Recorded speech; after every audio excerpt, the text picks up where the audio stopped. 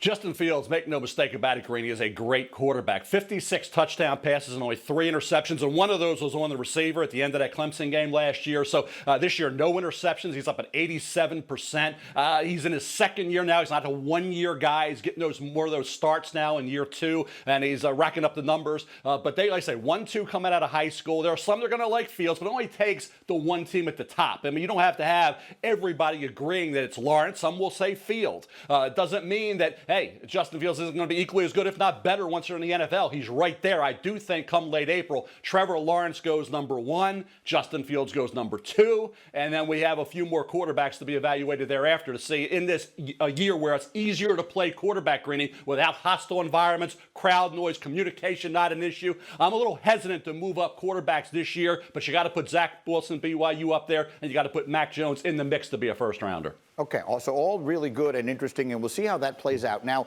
one of the other phenomena that has taken place here, maybe something of an unintended consequence of the rookie salary cap, is that it's much easier for teams to give up on quarterbacks now. It used to be you draft a quarterback in the first round, you make a mistake, that's a 5-year problem. Now teams are ready to move on much more quickly. So let me ask you in this context, the New York Jets, for example, they just used the 3rd pick in the draft 2.5 years ago on a quarterback. The New York Giants used the 6th pick in the draft last year on a quarterback. Do you believe if those teams wind up in position to take these quarterbacks at 1 and 2, Lawrence and or Fields, that they should do it?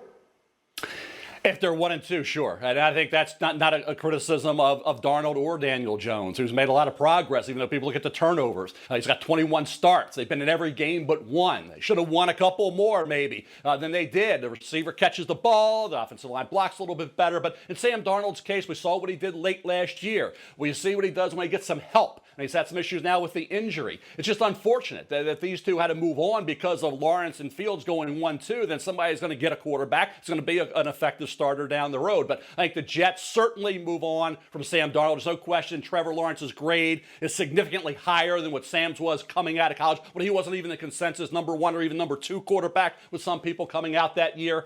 So I think when you look at Daniel Jones, same thing. But if you're picking after that, you don't take Trey Lance over these quarterbacks or Mac Jones or Zach Wilson. It's only Trevor Lawrence and Justin Fields that would be above and beyond what a Sam Darnold and a Daniel Jones would be. If you're picking 3, you know the quarterbacks are going 1-2, you take another position. You don't even think about a quarterback at that point. If you're picking 10, 15, you don't think about any of those quarterbacks. You stick with Sam Darnold and Daniel Jones. That's not the case, obviously. The Jets are going to be picking 1 probably, Trevor Lawrence.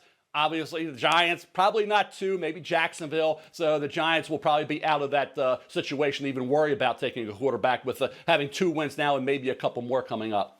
All right, Mel, stay with me. I want you to be a part of the conversation as I bring the rest of the crew in. Dan Graziano, let me turn to you as my insider here. What do we know about the plans? Let's use those 2 teams as examples, the Jets and the Giants, as far as what they would do relative to their quarterback situations and the guys they have there if they find themselves in those situations. Yeah, I mean, I think largely undecided at this point for a number of reasons. Well, let's look at the Jets. We don't know, are they going to move on from the head coach? We think they probably will. Are they going to move on from the GM? We think they probably won't. Who's making the decision? How has Sam Darnold played between now and the time the decision gets made? And where are they picking? If they're in the 1 spot or the 2 spot and they feel like they have a generational guy there, then maybe they make the decision a la the Cardinals a couple of years ago with Kyler Murray. And then with the Giants, Daniel Jones is on an audition for the rest of this season. I don't think there's much doubt about it. Mel says, you know, people look at the turnovers. How can you not look at the turnovers? There's 2 or 3 of them every single game. Yeah. So he has to stop that or show the ability to get that under control in order for this is a coaching staff that wasn't there when he was drafted, and they could be changing GMs.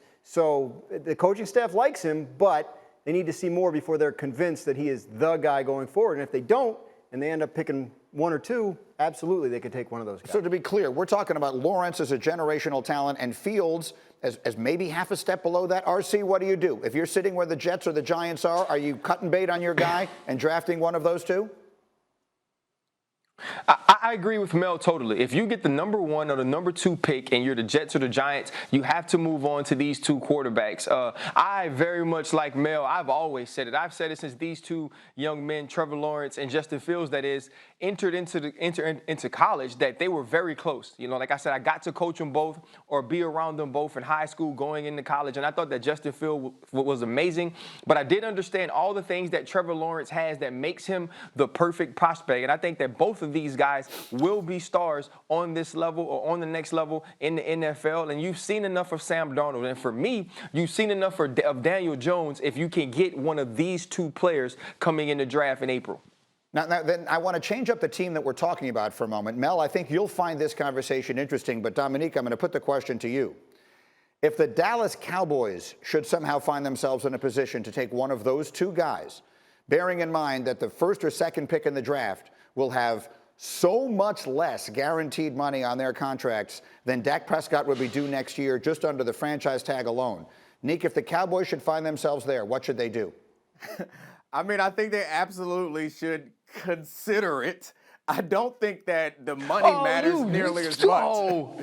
I don't think the money matters nearly as much as you say it does, as you seem to think it does. But I think that the difference between having a very good quarterback and a future Hall of Fame quarterback is enormous in the prospects of your team. So I would understand moving on from Dak Prescott if you think that one of those two guys is that. If you think one of those guys is Russell Wilson, Aaron Rodgers, Patrick Mahomes, yes. If you have any thought in your mind that they are anything less than that, sign Dak up, trade away that top 2 pick, and figure out your roster from there. Ryan looks disappointed. I know I feel that way too. But Mel, I wanted to come to you because this is not something I've had a chance to ask you. You know the situation. Again, Joe Burrow has less guaranteed money in his entire contract as the #1 pick last year than the money that would be due to Dak Prescott on a franchise tag next season alone.